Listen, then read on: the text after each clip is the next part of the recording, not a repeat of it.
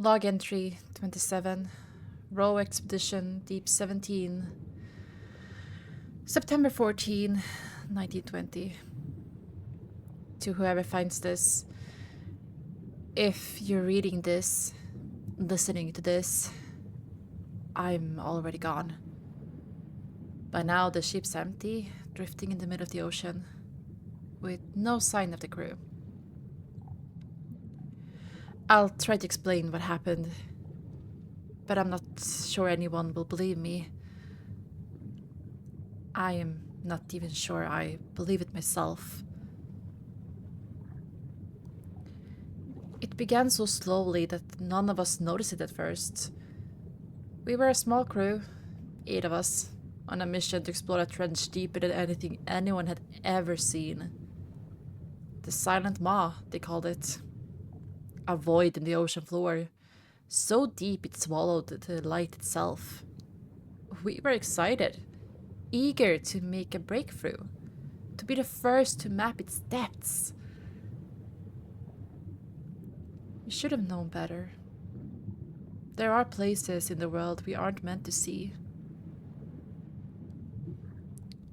We lowered the rowing into the trench on day 10. The equipment worked fine at first. Cameras on, sonar active, everything functional. But as the road descended deeper, things started to go wrong. The sonar picked up strange readings, movement, impossibly large shape shifting below. And then we heard it. The first voice. It was faint, like a whisper through the static. We thought it was interference, maybe from the equipment. But it wasn't random.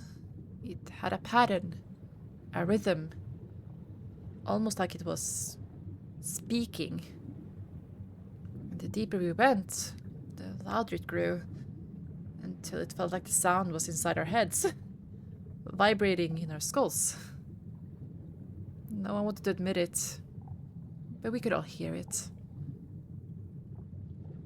That night, the dream started. The first one to be affected was Daniels. He was our lead technician, the one responsible for monitoring the row. He told us the next morning that he hadn't slept.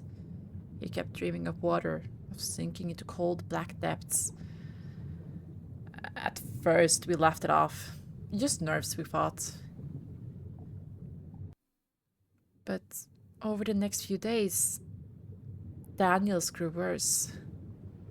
He stopped eating, stopped talking to us, except to mutter about the dreams.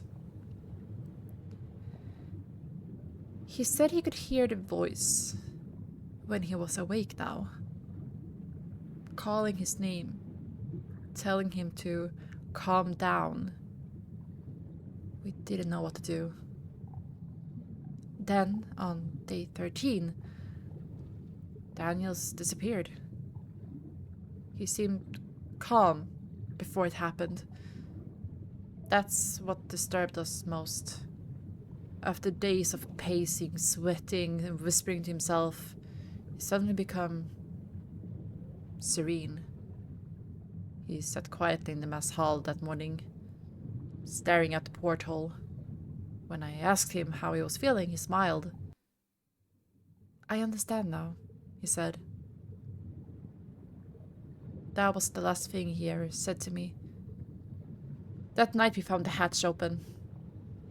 Daniels was gone. No gear, no suit, just open ocean. It was as if he'd walked into the water willingly. We searched for hours, but there was no trace of him. After Daniels, the voices started getting louder. Second, it was Collins. She was our biologist, always calm, always focused. But she started hearing the whispers next. She thought she could hear them coming from the walls, from the water itself. We told her it was stress. But deep down, we all knew it wasn't. Collins went the same way as Daniels. First the panic, the sleepless nights, the trembling hands, the muttering, and then the calm. It was like something clicked in her mind the night before she vanished. She stood at the edge of the ship, staring into the dark. She looked peaceful, serene. She even told us she wasn't afraid anymore. And then she was gone. One by one. It happened to us all. McCarthy was next. He tried to fight it. He spent days locked in his cabin, refusing to speak to anyone. He tried to drown out the whispers with music, with noise. But it didn't help. The voices always found him. It was relentless, always whispering just out of reach. By the end, he wasn't even screaming anymore. He just sat there, staring at the wall, smiling. "It's so quiet down there," he kept saying. He disappeared that night. The worst part was that after each one vanished, we could still hear them. Their voices, soft and distant, like they were calling to us from the bottom of the trench. We heard Daniels, Collins, McCarthy. They were still with us, but not alive. Not really. They were part of the chorus now. Part of the whispers that has been calling us since the beginning. There's only me now. I've been hearing the voice for days, but I thought I could resist it. I thought if I stayed focused, if I kept writing and talking this log, I could block it out.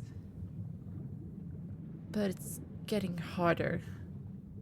The voice is louder now, more insistent. It doesn't scream. It doesn't threaten. It just invites me. So softly, so gently, to join the others. I've stopped sleeping.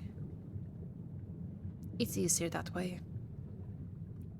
Every time I close my eyes, I dream of the deep, of sinking into the cold, black water. But unlike before, I don't feel the need to fight it anymore. I want to go down. I want to know what's waiting for me. The others, they weren't afraid at the end. I can hear them now. All of them. In the water. Their voices are beautiful. The ship is quiet now. So quiet. It's almost peaceful. I think I'll go outside now. Just for a moment. I want to see the stars one last time before I go. If you find this, turn back. The silent maw isn't just a trench. It's a doorway. And once you hear the voices, there is no escape. They will find you, one by one. And they'll take you. I think the worst part is, by the time it happens, you won't even want to fight it. Just like me. End of vlog.